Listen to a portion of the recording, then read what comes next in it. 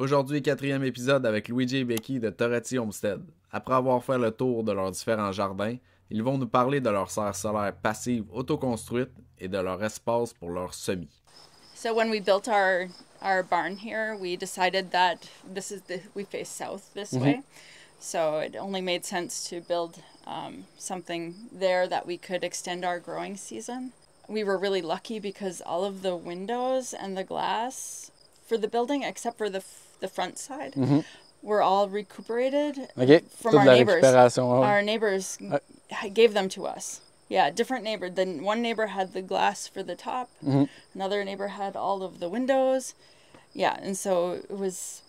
But then the challenge was designing a building avec ça. with the windows. Yeah, but we're really happy with the way it turned out. This is the passive solar greenhouse here. Serre solaire passif. Ouais. Maybe I'll turn this off so we can hear. So this is where we, this is right off of the room where I start my seeds. Ouais. And so in the springtime, I'm just gonna turn the light on. In the springtime when the tomato plants and the peppers and the plants that need a bit more light and heat, I'll move them out here and just put the flats on the beds. And then when we get ready to transplant out to the greenhouse in the tunnel, I'll take the plants out, and then a few I'll leave to plant in here. And so this year I have the sweet potato and some eggplant, and these tomatoes that the variety is San Marzano, and I find they fruit a little bit later, and if we have them outside, oftentimes they don't come ripe in time before I have to pick them. So I tried to put them in here, but they seem even later in here. I don't know. I don't know what's I don't know what's happening, but they're not cooperating. So, but usually these will grow to the top, and they will. I like to grow my grape tomatoes in here and cherry tomatoes, and we have them until December. OK. Still eating tomatoes. So we'll see. This is an experiment. See what happens here. Ouais, comme Becky expliquait, ceci est la chambre de semences dont elle travaille. C'est ici qu'elle fait la planification du jardin. Et c'est ici qu'elle commence tous les semences. Vous pouvez voir les lumières qui sont là, les établis. Puis, une fois que les plants sont débutés et qu'on a la chaleur du printemps, on a des planches ici qu'on met sur notre bac. Ouais. Et c'est là que les plants sont placés pour capter l'énergie solaire. Typiquement, même le mois de février, on commence à avoir un bon ensoleillement et réchauffement de cette pièce-ci. En effet, tellement que si on ouvre la porte, on peut chauffer le restant de l'édifice. Alors, c'est vraiment efficace. Comme vous voyez, il y a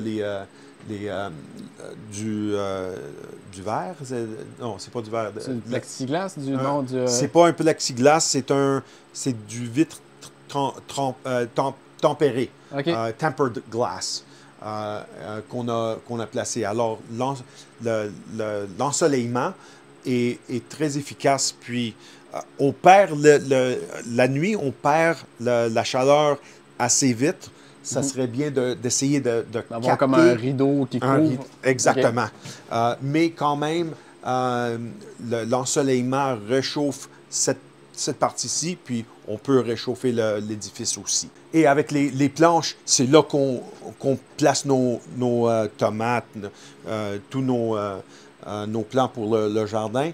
Et c'est là qu'ils commencent à s'habituer au soleil et à durcir un peu. La première étape. La deuxième, c'est de les sortir pour le vent, pour se durcir avec le Ouais, vent. fait que dans le fond, ils viennent d'ici, ils s'en vont là, puis après, tout de suite, t'as ta porte qui est là, puis Oui, ça exact. s'en va au jardin. Fait que, Exact, exact. c'est pas mal un scénario optimal. Là. Oui, exact. Et je parlais un peu plus tôt de l'oseille française. Et c'est vraiment citronné. Personnellement, j'adore. Tu pourras y goûter pour voir si c'est vraiment citronné. C'est vrai puis- qu'il y a un très fort goût de citron, pareil. Mais Mais c'est quelques bon. feuilles dans... Oui, je trouve que c'est bon. J'aime le citron. Même comme enfant, je mangeais du citron.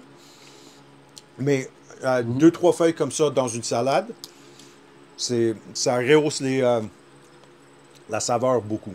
J'aime beaucoup. Et vivace. OK. Anything else you want to say, Becky? Or? It was really important when we designed this building to make sure we could use the space for multiple purposes. And so, like right now, we're using it to dry our garlic. I think in the wintertime we have one of our sons would like a little bit of workshop space. He's like some mechanical things and likes to spread his projects out. So this space I think would be good for that. So we also use it for after we hatch our eggs for our chickens that we have the baby chickens in here. Ouais, c'est une poussinière. dans le fond. Poussinière, oui. Yeah. Et ça, c'est complémentaire parce que il y a une chaleur à cause des plants qu'on débute. Puis les poussins ont besoin de cette chaleur quand ils sont très jeunes. Et aussi, ils offrent un peu de chaleur eux-mêmes à la pièce aussi.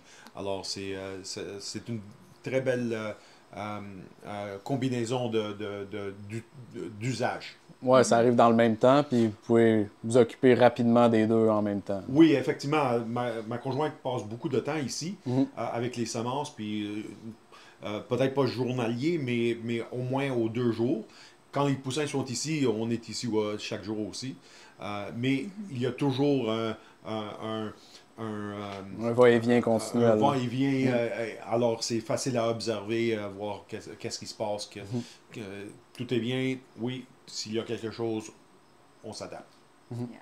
The only potential problem that sometimes the greenhouse creates a little more humidity than we really want in the building. So we have to have some ventilation, some fans going, just to move the air in here.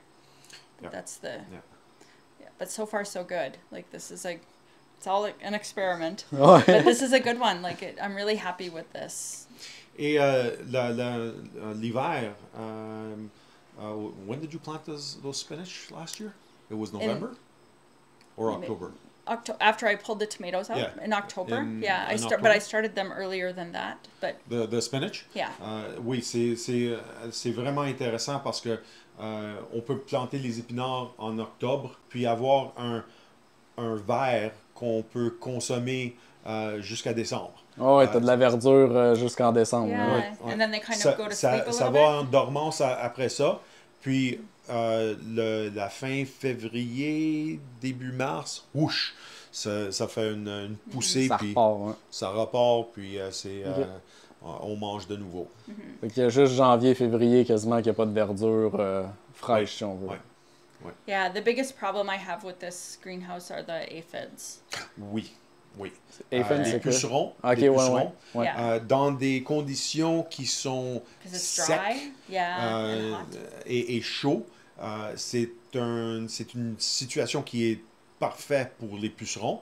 Alors, il y a, comme on a mis des aubergines, il y a 2-3 plants d'aubergines qui sont en très bonne condition et 2 qui sont bien affectés par les pucerons. Alors, Becky a mis une commande pour des coccinelles. You tried the neem oil?